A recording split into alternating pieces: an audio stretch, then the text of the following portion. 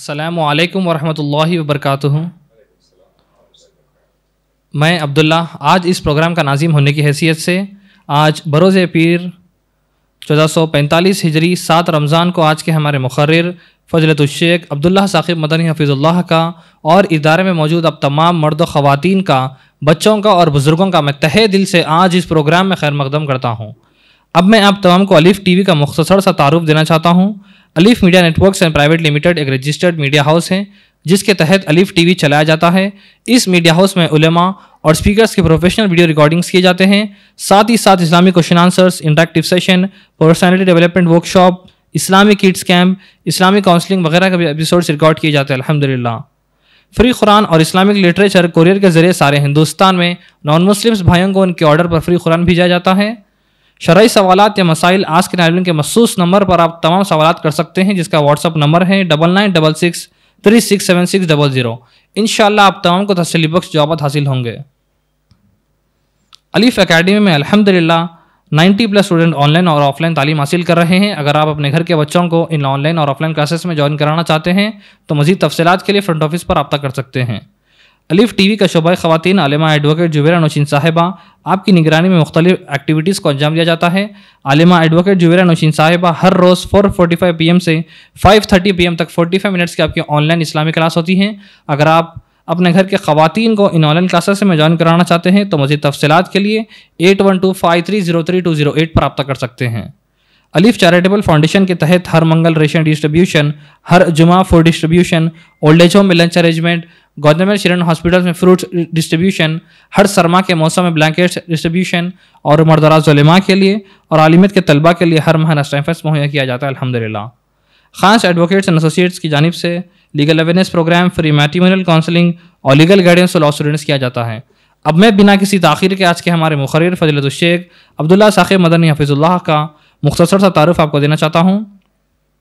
شیخ عبداللہ ثاقب سلفی مدنی حفظ اللہ جامعہ سلفیہ بنارس سے 2016 میں فراغت حاصل کیے ہیں اور اس کے بعد آپ نے اسلامک یونیورسٹی مدینہ منورہ سے 2022 میں فراغت حاصل کیے ہیں اور اب آپ فی الحال الحمدللہ جامعۃ الفلاح میں مدرس کی حیثیت سے خدمت انجام دے رہے ہیں اور الحمدللہ سے شیخ کے حیدرآباد میں کئی سارے مساجد میں جمعہ خطبہ اور درس بھی ہوتے ہیں۔ اب میں بنا کسی تاخیر کے آج کے ہمارے مقرر فضیلت الشیخ عبداللہ ثاقب سلفی مدنی حفظ اللہ کو دعوت دیتا ہوں کہ اپنا بیان آغاز کریں بعنوان منہج سلف کی اہمیت اور فضیلت۔ فضیلت الشیخ عبداللہ ثاقب مدنی حفظ اللہ۔ السلام علیکم ورحمۃ اللہ وبرکاتہ۔ الحمدللہ نحمده ونستعینه ونستغفره ونعوذ باللہ من شرور انفسنا وسیئات اعمالنا من يهده الله فلا مضل له ومن يضلل فلا هادي له واشهد ان لا اله الا الله وحده لا شريك له واشهد ان محمدا عبده ورسوله يا ايها الذين امنوا اتقوا الله حق تقاته ولا تموتن الا وانتم مسلمون يا ايها الناس اتقوا ربكم الذي خلقكم من نفس واحده وخلق منها زوجها وبث منهما رجالا كثيرا ونساء واتقوا الله الذي تساءلون به والارحام ان الله كان عليكم رقيبا يا ايها الذين امنوا اتقوا الله وقولوا قولا سديدا يصلح لكم اعمالكم ويغفر لكم ذنوبكم ومن يطع الله ورسوله فقد فاز فوزا عظيما اما بعد فإن أحسن الكلام كلام الله وأحسن الهدى هدى محمد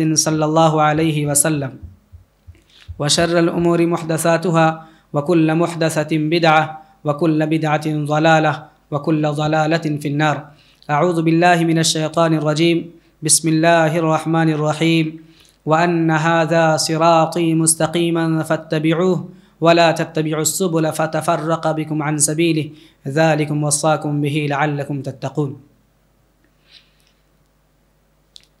محترم بزرگان دین،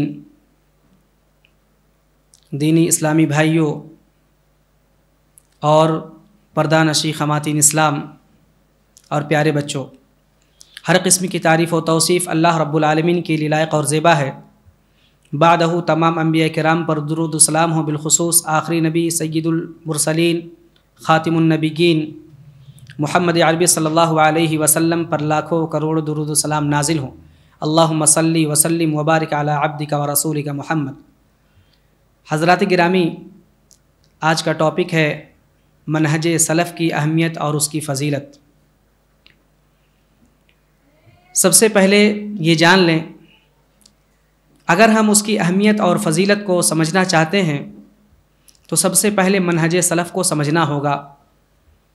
اگر اس کی اہمیت اور فضیلت پر روشنی ڈالی جائے اور منہج اور سلف کا معنی نہ بتایا جائے تو شاید زیادہ فائدہ نہ ہو۔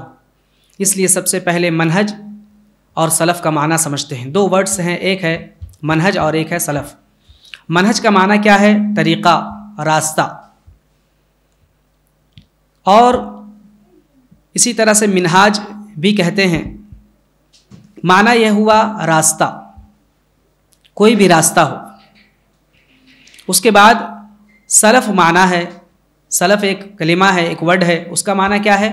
اس کا معنی ہے گزرے ہوئے لوگ۔ اگر ڈکشنری کے حساب سے دیکھیں تو معنی ہوگا گزرے ہوئے لوگ، جتنے آبا و اجداد ہمارے سے پہلے جو بھی گزرے ہیں سب کو سلف کہتے ہیں، یہ ڈکشنری کے اعتبار سے۔ لیکن اگر اسلامک ٹرم میں اور اصطلاح میں یا پھر شرعی معنی ہم لینا چاہیں تو اس کا معنی ہوگا صحابہ کرام۔ سب سے پہلے جو سلف میں جن کا شمار ہوتا ہے وہ صحابہ کرام ہیں، اور صحابہ کرام عمومی طور پر سب شامل ہیں۔ صحابہ کرام جنہوں نے نبی کریم صلی اللہ علیہ وسلم کی صحبت اختیار کی، جو آپ کے ساتھ رہے، گرچہ ایک منٹ کے لیے ہی کیوں نہ ہو، چند لمحے کے لیے کیوں نہ ہو، اور آپ صلی اللہ علیہ وسلم پر ایمان لانے کے بعد ایمان کی حالت میں ان کی موت ہوئی ہو، اس کو صحابی کہتے ہیں۔ اب جتنے بھی صحابہ ہیں سب کے سب سلف میں شامل ہیں۔ اسی طرح سے یہ نبی کریم صلی اللہ علیہ وسلم کے شاگرد ہیں۔ صحابہ سب نے نبی کریم صلی اللہ علیہ وسلم سے بلا واسطہ ڈائریکٹ علم حاصل کیا ہے، اور صحابہ کرام کے بعد تابعین بھی سلف میں شامل ہیں۔ تابعین وہ ہیں جو صحابہ کرام کے شاگرد ہیں، اور ان کے شاگرد، تابعین کے شاگرد جن کو ہم تبع تابعین کہتے ہیں، تبع تابعین وہ ہیں جو تابعین کے شاگرد ہیں۔ عمومی طور پر یہ سب سلف میں شامل ہوتے ہیں، اور علامہ ابن عثیمین رحمہ اللہ نے انہی کو شامل کیا۔ ہم اہل القرون المفضلہ الصحابۃ من الصحابۃ والتابعین واتباعہم، کہا کہ سلف وہ ہیں جو صحابہ کرام ہیں، پھر ان کے شاگرد تابعین، اور پھر تبع تابعین عمومی طور پر۔ لیکن سب سے پہلے صحابہ کرام بغیر کسی اختلاف اور انتشار کے، بغیر کسی اختلاف کے صحابہ کرام خصوصی طور پر شامل ہیں سلف میں۔ اس کے بعد صحابہ کرام میں جتنے بھی صحابی ہیں تمام کے اقوال، اگر ان کا اتفاق ہو گیا ہے کسی بات پر اجماع ہو گیا ہے کسی مسئلے پر، تو وہ ہمارے لیے اتھینٹک ہے، وہ معتبر اور مستند ہے۔ صحابہ کرام کے درمیان کچھ اختلاف بھی ہوا۔ اگر دو صحابہ آپس میں کسی مسئلے میں اختلاف کرتے ہیں تو ہم ان کی بات کو قرآن و حدیث کی طرف لوٹائیں گے، اور جن کا قول، جن کا مسئلہ معتبر ہوگا ہم اسی کو مانیں گے۔ لیکن عمومی طور پر اگر دیکھیں تمام صحابہ کرام عادل ہیں، اور تمام کے اقوال ہمارے لیے مستند ہیں اگر اختلاف نہ ہو تو۔ لیکن اس کے بعد، اس دور کے بعد جو تابعین اور تبع تابعین ہیں، ان کے اقوال یا ان کے مسائل ہمارے لیے علی الاطلاق عمومی طور پر مستند اور معتبر نہیں ہیں، بلکہ ہم ان کے بارے میں شرط یہ لگائیں گے کہ اگر انہوں نے صحابہ کرام کے نقش قدم کی پیروی کرتے ہوئے اگر کسی مسئلے پر اتفاق کیا ہے، تب جا کر کے ہم ان کو سلف میں شمار کریں گے۔ ایسا کیوں؟ ہم شرط کیوں لگا رہے ہیں جبکہ صحابہ کرام کے بارے میں کہہ رہے ہیں سب کے سب سلف میں شامل ہیں؟ یہ اس لیے کہ صحابہ کرام کی ہدایت پر ہونے کی اللہ رب العالمین نے گواہی دی ہے، نبی کریم صلی اللہ علیہ وسلم نے گواہی دی ہے۔ جبکہ صحابہ کرام کے بعد تابعین کا زمانہ ہو یا تبع تابعین کا زمانہ ہو، ان کی گارنٹی کسی نے نہیں دی ہے، اور جتنے بھی جو فتنے کھڑے ہوئے ہیں، جو مسائل پیدا ہوئے ہیں، اور اسی طرح سے جو بھی مسائل پیدا ہوئے ہیں، اسی طرح سے جو بھی فرقے بنے ہیں، وہ صحابہ کرام کے آخری دور ہی سے شروع ہو گیا تھا۔ بہرحال تو صحابہ کرام، ان کے شاگرد تابعین، اور ان کے شاگرد تبع تابعین، یہ سب کے سب سلف میں شامل ہیں۔ اتنی بات سمجھ میں آ گئی؟ اب کیا معنی ہوا منہج سلف کا؟ اگر معنی جوڑ کر کے ہم دیکھیں تو معنی ہوگا صحابہ کرام، تابعین اور تبع تابعین کا طریقہ۔ صحابہ کرام، تابعین اور تبع تابعین کا راستہ۔ اب اس کی اہمیت اور ضرورت کیا ہے؟ اس تعلق سے ہم دیکھیں تو دیکھیے، سب سے پہلی یہ بات، دنیا کے اندر بہت سارے مذاہب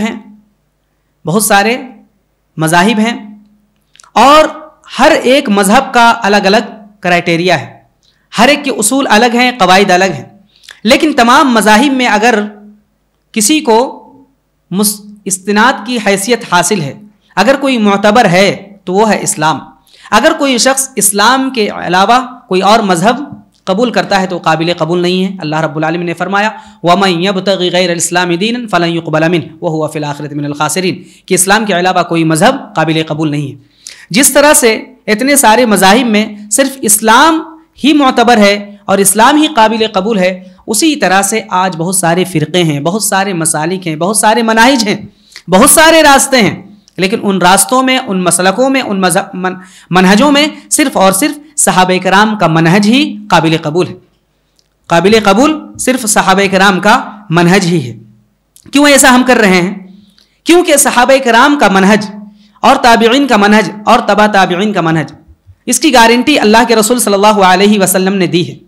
اللہ کے رسول صلی اللہ علیہ وسلم نے اس منہج کی گارنٹی دی ہے، اور اگر اس حدیث کے پیش نظر ہم دیکھیں، اس پس منظر میں، اس بیک گراؤنڈ میں، جو اللہ کے نبی صلی اللہ علیہ وسلم نے فرمایا تھا خیر القرون قرنی ثم الذین یلونہم ثم الذین یلونہم، سب سے بہترین زمانہ میرا زمانہ ہے، اس کے بعد والا زمانہ اس سے کمتر ہے، اس کے بعد والا زمانہ اس سے کمتر ہے۔ تو خیر القرون قرنی، سب سے بہترین زمانہ میرا ہے۔ شارحین نے لکھا ہے، محدثین نے لکھا ہے کہ اس سے مراد صحابہ کرام ہیں، صحابہ کرام کا زمانہ ہے، کیونکہ نبی کریم صلی اللہ علیہ وسلم کے وقت صرف اور صرف وہی صحابہ کرام موجود تھے۔ یہ سب اللہ کے نبی صلی اللہ علیہ وسلم کے ڈائریکٹ شاگرد ہیں، لیکن اس کے بعد آنے والے قیامت تک اگر کوئی صحابہ کرام کے نقش قدم کی پیروی کرے، انہی کے راستے پر چلے، تو قیامت تک آنے والے سب کے سب سلف میں شامل ہوں گے۔ جیسا کہ ابھی ریسنٹ ہم دیکھیں تو علامہ ابن عثیمین رحمہ اللہ، علامہ ابن باز رحمہ اللہ، علامہ البانی رحمہ اللہ، اور ان کے پہلے بھی علامہ ابن قیم، علامہ ابن تیمیہ رحمہم اللہ اجمعین، یہ سب کے سب سلف میں شامل ہوتے ہیں۔ اس لیے ہم جب سلف کا قول کوڈ کرتے ہیں تو ان کے بھی اقوال ہمارے سامنے آتے ہیں۔ اسی طرح سے صحابہ کرام کی سمجھ کی گارنٹی اللہ رب العالمین نے دی ہے، کیونکہ ہم کسی بھی نقطۂ نظر کو دیکھتے ہیں، جب ہم کہتے ہیں صحابہ کرام یا منہج سلف، تو لوگ کہتے ہیں کہ منہج سلف کہاں سے اب آ گیا؟ پہلے تو کہتے تھے قرآن اور حدیث، ایک ہاتھ میں قرآن ہوگا، ایک ہاتھ میں حدیث، اس کے علاوہ ہم کچھ بھی نہیں مانتے، پھر ہم منہج سلف کہاں سے آ گیا؟ تو دیکھیے منہج سلف شروع سے ہے، کیونکہ قرآن و حدیث منہج سلف کے مطابق ہی سمجھنا ہے، منہج سلف کے مطابق ہی سمجھنا ہے۔ ایسا نہیں کہ ہم نے اپنی منمانی کر لی اور جو معنی سمجھ میں آیا ہم نے سمجھ لیا۔ کیوں ایسا ہم سلف کی قید لگاتے ہیں یا صحابہ کرام کے منہج کی قید لگاتے ہیں؟ کیونکہ صحابہ کرام کی سمجھ کی گارنٹی اللہ رب العالمین نے دی ہے، اور اسی طرح سے نبی کریم صلی اللہ علیہ وسلم نے دی ہے۔ دیکھیے نماز میں ہم پڑھتے ہیں روزانہ کم از کم 17 مرتبہ ضرور پڑھتے ہیں اہدنا الصراط المستقیم، اے اللہ ہمیں سیدھے راستے پر چلا۔ یہ سیدھا راستہ، یہی آیت، اس میں ایک نقطے کی بات یہ ہے کہ اس آیت میں ہم جب اللہ رب العالمین سے دعا کرتے ہیں اللہ ہمیں سیدھا راستہ دکھا، سیدھے راستے پر چلا، سیدھے راستے پر گامزن کر، اس کا مطلب یہ ہوتا ہے کہ یہاں پر اور بھی راستے ہیں جو کجی کا شکار ہیں، جس کے اندر ٹیڑھا پن ہے، جو جنت کے علاوہ کہیں اور لے جانے والے ہیں۔ اسی لیے تو ہم کہتے ہیں کہ ہمیں سیدھے راستے پر چلا، اور یہیں پر بس نہیں، صراط الذین انعمت علیہم غیر المغضوب علیہم ولا الضالین، کہتے ہیں کہ ہمیں ان کے راستے پر چلا جن پر تو نے انعام کیا ہے۔ اور انعام کن لوگوں پر کیا جاتا ہے؟ جو ہدایت یافتہ ہوں، جو ہدایت پر ہوں، انہیں پر نہ۔ اللہ رب العالمین نے یہاں پر نتیجہ ذکر کر دیا ہے کہ تو ان کے راستے پر چلا جن پر تو نے انعام کیا ہے، اور انعام ہدایت پانے والے لوگوں پر ہی کیا جاتا ہے۔ گویا کہ ایک انسان، ایک مسلمان جب پڑھتا ہے صراط الذین انعمت علیہم، گویا کہ یہ کہہ رہا ہوتا ہے کہ ہمیں اس راستے پر چلا جن پر تو نے انعام کیا، یعنی صحابہ کرام کے راستے پر چلا۔ صحابہ کرام ہدایت پر تھے، اس کی کیا دلیل ہے؟ اللہ رب العالمین نے فرمایا فَإِنْ آمَنُوا بِمِثْلِ مَا آمَنْتُمْ بِهِ فَقَدِ اهْتَدَوْا، فرمایا کہ اگر بعد میں آنے والے لوگ یہ جو اب اسلام پر نہیں ہیں وہ آپ لوگوں کی طرح ایمان لے آئے تو وہ ہدایت پا جائیں گے، وہ ہدایت پا جائیں گے۔ اور وہاں پر جب اللہ رب العالمین خطاب کر رہا ہے، مخاطب کون ہے؟ صحابہ کرام ہیں۔ صحابہ کرام کے وقت پر اور ان کے سامنے یہ آیتیں نازل ہوئی ہیں، تو اللہ رب العالمین نے فرمایا آپ لوگوں کی طرح ایمان لے آئے، گویا کہ صحابہ کرام کی طرح ایمان لانا یہ ہدایت کی ضمانت دیتا ہے، یہ ہدایت کی ضمانت دیتا ہے۔ اگر بعد میں آنے والے لوگ صحابہ کرام کے منہج کو اپنا کر کے ہدایت پا سکتے ہیں تو گویا کہ صحابہ کرام کیا ہوئے؟ ہدایت یافتہ بالکل نہیں، ہدایت یافتہ ہی نہیں بلکہ ہدایت کے امام ہو گئے، کیونکہ ان کے نقش قدم پر چلتے ہوئے اللہ رب العالمین نے کہا یہ لوگ ہدایت پا جائیں گے۔ اسی طرح سے اگر ہم نے صحابہ کرام، اہمیت اور فضیلت سمجھ رہے ہیں نا، اگر ہم نے صحابہ کرام کے نقش قدم کو چھوڑ دیا یا صحابہ کرام کے منہج سے دور ہٹ گئے تو کیا ہوگا؟ اللہ رب العالمین نے اگلے ہی ٹکڑے میں فرمایا وَإِن تَوَلَّوْا فَإِنَّمَا هُمْ فِي شِقَاقٍ، اگر ان لوگوں نے آپ کا راستہ چھوڑ دیا، صحابہ کرام کا راستہ چھوڑ دیا تو اختلاف میں پڑ جائیں گے، وہ ان کے اندر اتحاد نہیں ہوگا۔ آج جو ہم اتحاد کی گوہار لگاتے ہیں اور انتشار اور اختلاف کو دور کرنے کی کوشش کرتے ہیں اور کہتے ہیں ہر کوئی بس ایک پلیٹ فارم میں آ جائے، ہر فرقہ سب کچھ بھول کر کے ایک میں آ جائیں، کیا ہے یہ؟ تو سیاسی، سمجھ لیجئے سیاسی نقطہ نظر ہے، سیاسی فائدہ ہے۔ اگر جماعتوں کو فرقوں میں ایک پلیٹ فارم پر آنے کی ضرورت ہے تو صحابہ کرام کے نقش قدم پر، صحابہ کرام کے منہج پر، قرآن و حدیث کو ہم سمجھیں گے صحابہ کرام کے منہج پر، اور پھر اس کے بعد اتحاد بھی اسی سے ہوگا۔ اگر ہم نے ایسے ہی بس پلیٹ فارم پر جمع ہونے کا دعویٰ کر لیا، گویا کہ یہ سمجھوتا ہے اور یہ وقتی طور پر اتحاد تو ہو سکتا ہے لیکن منہج کی بنیاد پر اتحاد نہیں ہو سکتا، اور جب فکری اتحاد نہ ہو، جب عقیدے میں اتحاد نہ ہو اور اصول میں اتحاد نہ ہو تو پھر اس اتحاد کا کوئی بھی فائدہ نہیں ہوگا۔ اسی طرح سے اگر صحابہ کرام رضوان اللہ علیہم اجمعین کے منہج کی اہمیت ہم دیکھیں تو دیکھیے قرآن کریم نازل جب ہو رہا تھا کون لوگ موجود تھے؟ نہ ہم تھے، نہ آپ تھے، نہ ہم سے پہلے والے لوگ تھے، بلکہ صحابہ کرام موجود تھے اس وقت۔ اور اس وقت سمجھیے ایک شریعت بن رہی ہے، قانون پاس ہو رہا ہے اور قانون پر عمل کیا جا رہا ہے، اور دوسرے لفظوں میں کہا جائے تو احکامات نازل ہو رہے ہیں اور احکامات پر عمل کیا جا رہا ہے۔ اب اس وقت جب قانون بن رہا ہو، قانون کا نفاذ ہو رہا ہو، قانون پر عمل کرنے کی کوشش کی جا رہی ہو، تو اس وقت قانون جن لوگوں کے درمیان بنا ہے وہ لوگ زیادہ جانیں گے یا بعد میں آنے والے لوگ زیادہ جانیں گے؟ بعد میں آنے والے لوگ زیادہ جانیں گے؟ نہیں، بلکہ اس وقت جب قانون بن رہا ہو اور قانون پر عمل کیا جا رہا ہو تو اس وقت جو لوگ موجود تھے جنہوں نے اس کی تطبیق دیکھی ہے اور پریکٹیکل دیکھا ہے وہ لوگ زیادہ بہتر سمجھ سکتے ہیں، زیادہ بہتر سمجھ سکتے ہیں۔ اور اس وقت صحابہ کرام تھے جب قرآن نازل ہو رہا تھا، اسی طرح سے جب حدیثیں اللہ کے نبی صلی اللہ علیہ وسلم کی زبان مبارک سے آ رہی تھی اور کسی کو کسی بات پر نکیر کی جا رہی تھی کہ یہ کام نہیں کرنا ہے، یہ غلط ہے، یا کسی کو کسی کام پر ابھارا جا رہا تھا یہ کام کرنا ہے، اس وقت صحابہ موجود تھے اور صحابہ کرام نے قرآن کی روح کو سمجھا ہے، نبی کریم صلی اللہ علیہ وسلم کی حدیثوں کے مطلب کو سمجھا ہے اور انہوں نے ہماری طرف پھر نقل کر دیا ہے۔ اگر ہم اپنے دماغ سے، اپنے ذہن سے اور اپنی عقل سے سمجھنے کی کوشش کریں تو گویا کہ یہ ہوگا کہ صحابہ کرام کے منہج کو یا صحابہ کرام کی سمجھ کو ہم نے کنارے لگا دیا ہے، جبکہ اللہ رب العالمین نے صحابہ کرام کو نبی کریم صلی اللہ علیہ وسلم کا وزیر بنایا ہے۔ لمبی حدیث ہے مسند احمد کی، علامہ شعیب النوط نے حسن کہا ہے، اور راوی حدیث عبداللہ ابن مسعود رضی اللہ عنہ فرماتے ہیں کہ اللہ رب العالمین نے سب سے پہلے اپنے تمام بندوں کی دلوں کو دیکھا، اپنے تمام بندوں کی طرف دیکھا، اور سب سے بہترین جس کا دل پایا محمد صلی اللہ علیہ وسلم ہے، اور محمد صلی اللہ علیہ وسلم کو بعثت کے لیے، رسالت کے لیے، نبوت کے لیے منتخب کر دیا۔ اس کے بعد نبی کریم صلی اللہ علیہ وسلم کے علاوہ جتنے بھی بندے تھے سب کی طرف دیکھا تو سب سے پاک جن کے قلوب تھے، جن کے دل تھے، ان کو نبی صلی اللہ علیہ وسلم کے وزیر کے طور پر بنا دیا، اور وہ صحابہ کرام ہیں. پھر آگے فرماتے ہیں فما رأى المسلمون حسنا فهو عند الله حسن وما رأوا سيئا فهو عند الله سيء، کہ جن چیزوں کو مسلمان صحیح سمجھے وہ صحیح ہیں، اور جن کو برا سمجھ لیں، غلط سمجھ لیں، وہ غلط ہے. کیا مطلب؟ یہاں پر جب عبداللہ ابن مسعود رضی اللہ عنہ فرما رہے ہیں کہ جس کو مسلمان صحیح سمجھے، مسلمان سے وہاں پر کون مراد ہے؟ اس وقت کون مسلمان تھے؟ صرف صحابہ کرام تھے. لہٰذا کچھ لوگوں نے اس ٹکڑے کو لے کر کے یہ سمجھ لیا ہے، بدعت پر دلیل سمجھ لی ہے. وہ کیوں؟ کہا کہ مسلمان کا لفظ استعمال کیا، جس کو مسلمان صحیح سمجھ کر کرے، اچھا سمجھ کر کرے، وہ صحیح ہو جائے گا. نہیں، بلکہ اسی میں توڑ ہے. اگر پورا ٹکڑا، پوری حدیث اور پورا اثر ہم پڑھیں گے تو معلوم ہوگا کہ اسی ٹکڑے میں ان کے لیے تردید ہے، ان کا رد ہے.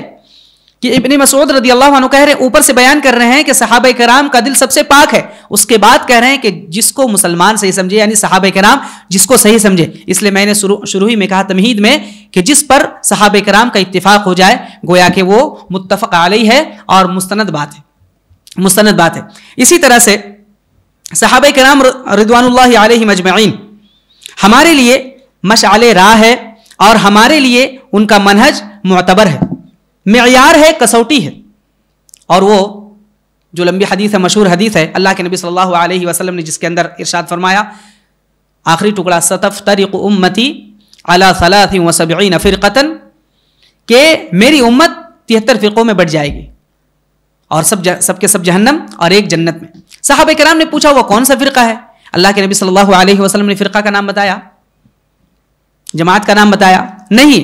ایک رول اور ریگولیشن دے دیا، ایک اصول دے دیا، ایک قاعدہ دے دیا، ما انا علیہ و اصحابی، کہ میں جس منہج پر ہوں، جس طریقے پر میں ہوں اور میرے صحابہ ہیں. اور ایک دوسری حدیث کے اندر ما انا علیہ الیوم و اصحابی، آج جس پر میں اور میرے صحابہ ہیں. آج سے مراد وہاں صحابہ کرام کی زندگی، صحابہ کرام کا زمانہ ہے. اس وقت جب اللہ کے نبی صلی اللہ علیہ وسلم جس منہج پر تھے، صحابہ کرام جس طریقے پر تھے، وہی مقصد ہمارے لیے، وہی اصل ہے ہمارے لیے، وہی اصل ہے ہمارے لیے. اور صحابہ کرام جس راستے پر تھے، جس کو جو سمجھتے تھے، وہی ہمارے لیے معتبر اور مستند ہوگا. اب اگر صحابہ کرام کی موجودگی میں جو قرآن نازل ہوا، جو حدیث نبی کریم صلی اللہ علیہ وسلم کی زبان سے نکلی، اگر ان کا معنی اور مطلب ہم سمجھنے جائیں گے تو ہو سکتا ہے کہ ہم سے غلطی ہو جائے. غلطی ہو سکتی نہیں ہو سکتی ہے، لیکن صحابہ کرام نے سمجھا ہے تو غلطی کا اگر امکان بھی ہے تو اللہ کے رسول صلی اللہ علیہ وسلم نے وہاں پر اس کی تصحیح کر دی ہے. بہت سارے دلائل ہیں. مثال کے طور پر جب یہ آیت کریمہ نازل ہوئی، الذین آمنوا ولم یلبسوا ایمانہم بظلم اولئک لہم الامن وہم مہتدون، سورہ انعام کی آیت ہے. اللہ رب العالمین نے فرمایا وہ لوگ جنہوں نے ایمان لایا اور ان کے ایمان کے ساتھ ظلم کی ملاوٹ نہیں ہوئی، ظلم نہیں کیا، تو کیا ہے؟ انہی کے لیے امن و امان ہے، سلامتی ہے، اور وہ لوگ ہدایت پر ہیں.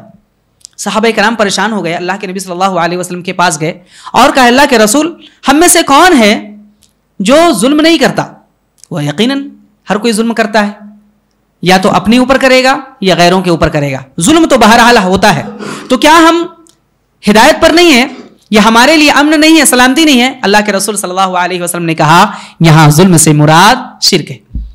ان الشرک لظلم عظیم. جب لقمان حکیم نے اپنے بیٹے کو نصیحت کی تھی، کہا تھا ان الشرک لظلم عظیم، شرک ظلم ہے، سب سے بڑا ظلم ہے. تو گویا ظلم کے دو معنی ہوئے، ایک شرک اور ایک یوں ہی عام ظلم. تو یہاں پر کون سا ظلم مراد ہے؟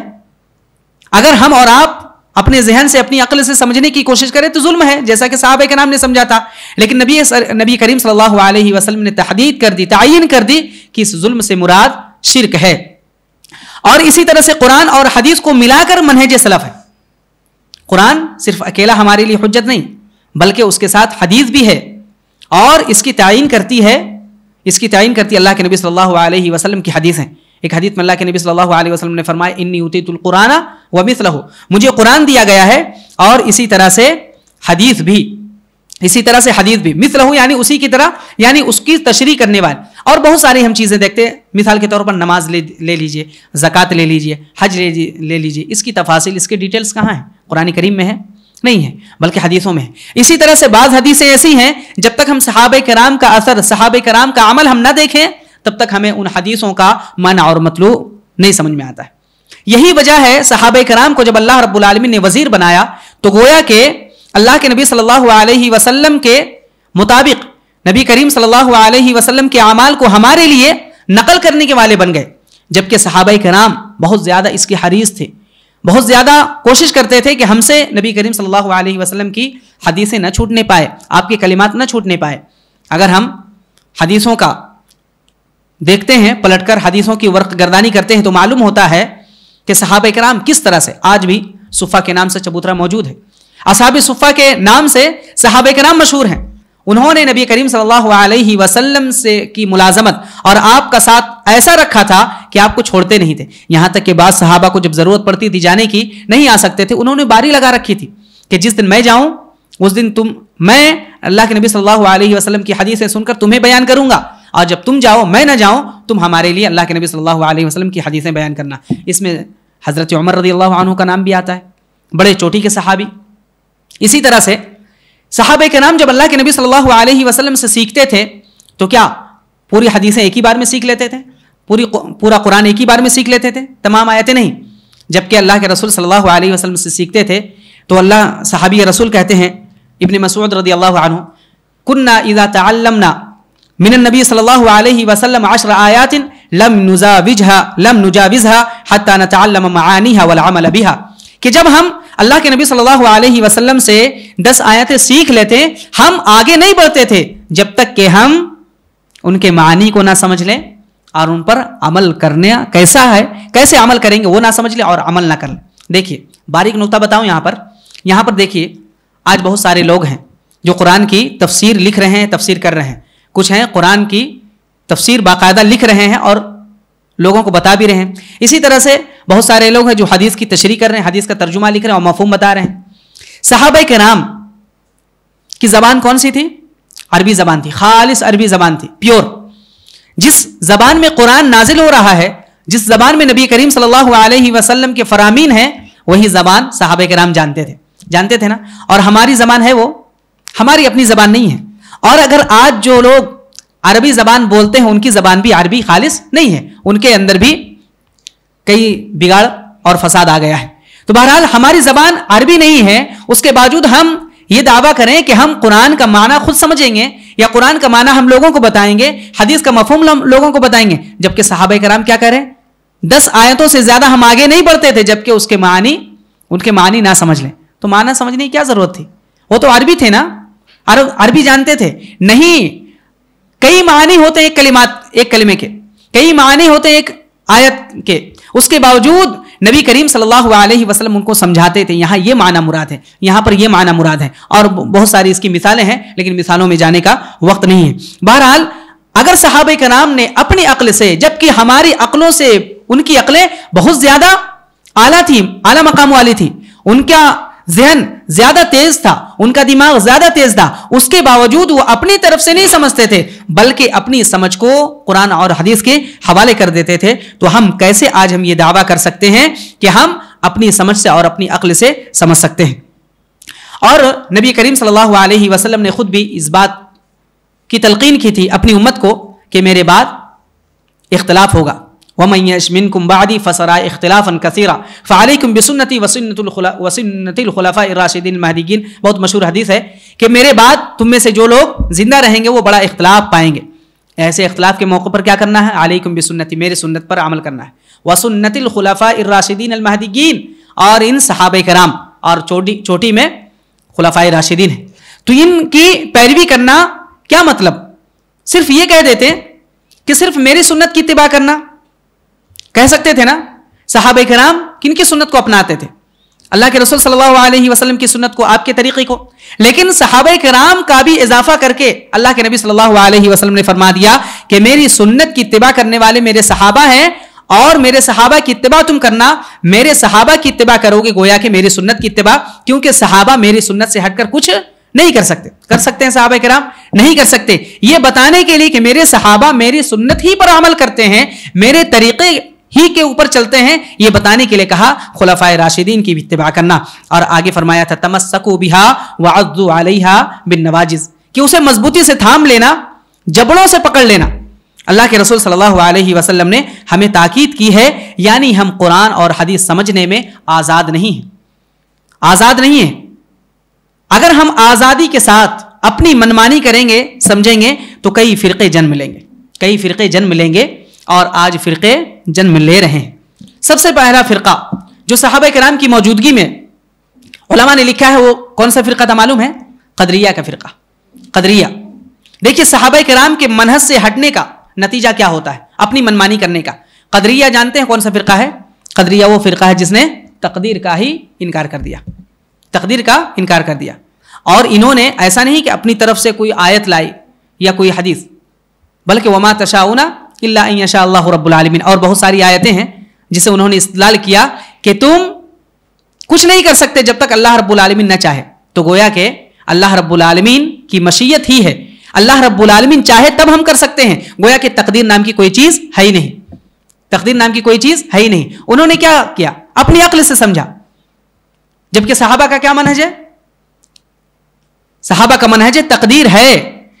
اور اگر تھوڑا طول دوں میں بحث کو، تو عبداللہ ابن عمر رضی اللہ عنہما کے پاس عراق سے لوگ آئے اور انہوں نے کہا لوگ وہاں پر تقدیر کا انکار کر رہے ہیں، کچھ لوگ ہیں تقدیر کو نہیں مانتے۔ کہا ان سے بتا دو کہ میں ان سے بری ہوں، وہ مجھ سے بری ہیں، اور بتا دو اگر تم احد پہاڑ کے برابر بھی سونا خرچ کر دو اور تقدیر پر ایمان نہ لاؤ، تمہارا ایمان قابل قبول نہیں ہے۔